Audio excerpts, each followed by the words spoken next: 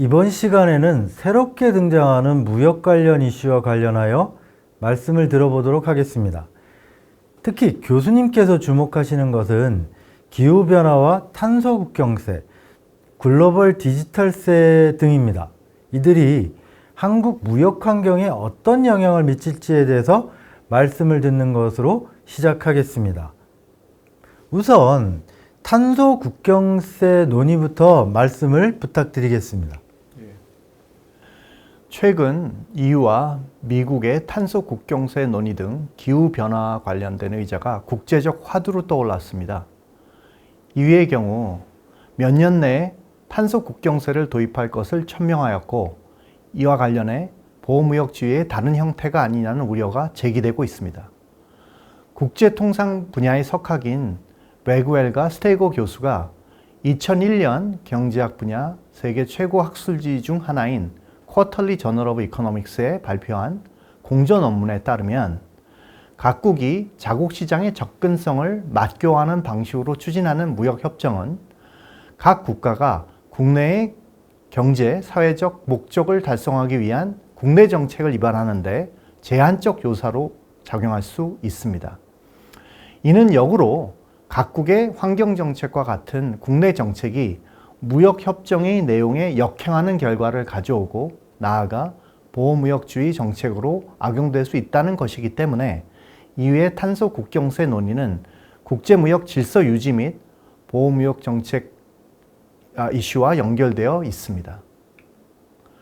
WTO 체제 하에서 각국이 무역 협상을 통해 얻는 것은 결국 서로의 시장을 맞교환하는 것이라 할 수 있습니다. 레그웰과 스테이거 교수의 1999년 아메리칸 이코노믹 리뷰에 발표된 논문에 따르면 이러한 맞교환은 각국이 무역 정책을 이용하여 교역 조건을 자국에 유리한 방향으로 바꾸지 못하도록 하는 효과를 냅니다. 하지만 EU의 탄소 국경세 도입이 이러한 WTO 무역 협상을 무력화시키는 보호무역주의 정책의 수단으로 사용될 것인지 여부는 아직 결정되지 않았습니다.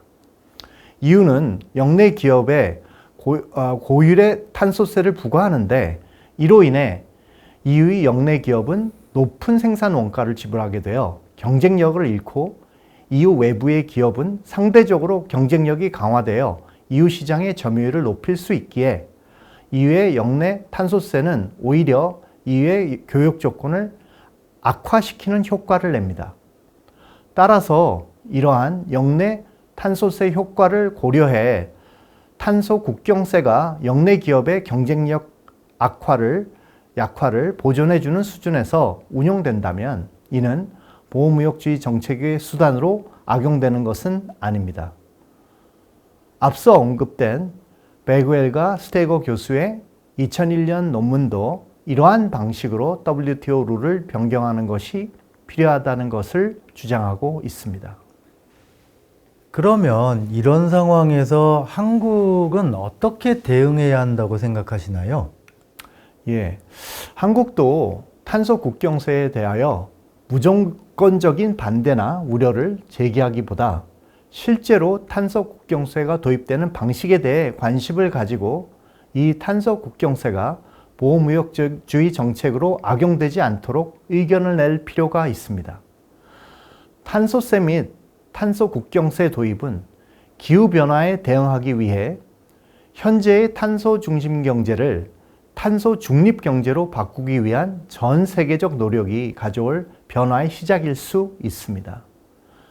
선진국 경제의 일부로 볼 수 있는 한국도 빠르게 탄소 중립 조건을 만족시켜야 한다는 국제적 압력이 강화될 것입니다. 한국 경제는 아직 탄소 중심의 경제인데 이를 탄소 중립 경제로 변화시키기 위해서는 장기적이고 체계적인 비전과 정책이 필요합니다. 이와 관련해 가장 중요한 부분이 에너지 분야인데, 에너지 공급 부분은 국가 독점적 성격이 크기 때문에 정부에서 에너지 수급 문제를 어떻게 풀지가 굉장히 중요합니다.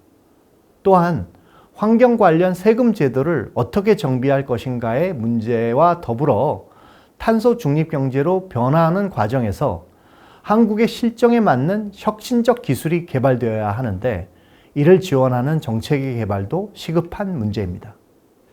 잘 알겠습니다, 교수님. 그러면 글로벌 디지털세에 대해서도 말씀을 부탁드리겠습니다. 글로벌 디지털세 도입과 관련하여 OECD를 중심으로 지난 2013년부터 글로벌 기업의 조세 회피 대응 방안을 논의한 결과 다음과 같은 내용이 2021년 7월에 132개국 간에 잠정 합의되었습니다. 국제법인세법 체계의 재정립과 관련해 첫째로 매출액이 220억 유로, 한화로는 약 27조 원입니다만 이 금액을 넘는 다국적 기업이 매출이 발생하는 국가가 매출 기준 10%가 넘는 초과이익에 대해서 20에서 30%의 세금을 징수할 수 있게 하는 안, 즉 필러 1 안이 합의됐습니다. 둘째로 최저 법인 세율을 15%로 정하기로 한 안, 필러 2 안도 합의되었습니다.